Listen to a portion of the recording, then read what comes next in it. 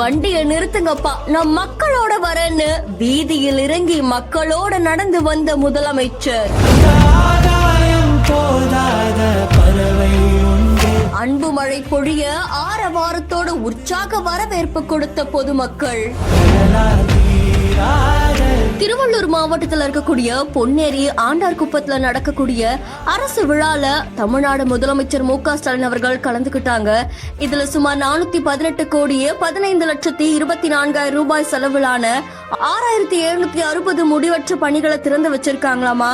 அது மட்டும் இல்லாம 390 கோடி 74,40,000 ரூபாய் மதிப்பிலான 7,369 புதிய திட்ட பணிகளுக்கு அடிக்கல் நாட்டி இருக்காங்க அப்படின்னு தெரிவிக்கப்பட்டிருக்கு. அது மட்டும் இல்லாம 357 கோடியே 43 லட்சம் ரூபாய் மதிப்பிலான நலத்திட்ட உதவிகளை கிட்டத்தட்ட 2 லட்சம் பயனாளிகளுக்கு வழங்கி இருக்காங்க அப்படின்னு தெரிவிக்கப்பட்டிருக்கு. இதை தொடர்ந்து ரோட் ஷோல கலந்துகிட்ட முதலமைச்சரை பாக்குறதுக்காக வழி நெடுக்கிலும் அங்க இருக்கக்கூடிய பொதுமக்களும் திமுகவினரும் திரண்டு இருக்கக்கூடிய காட்சிகள் பலரையும் ஆச்சரியத்தில் ஆழ்த்தியிருக்கு.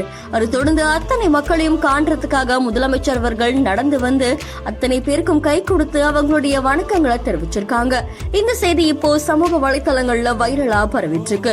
இந்த வீடியோ தொடர்பான உங்களுடைய கருத்துக்களை கமெண்ட்ல சொல்லுங்க. மேலும் செய்திகளுக்கு ஃபாலோ பண்ணிக்கோங்க.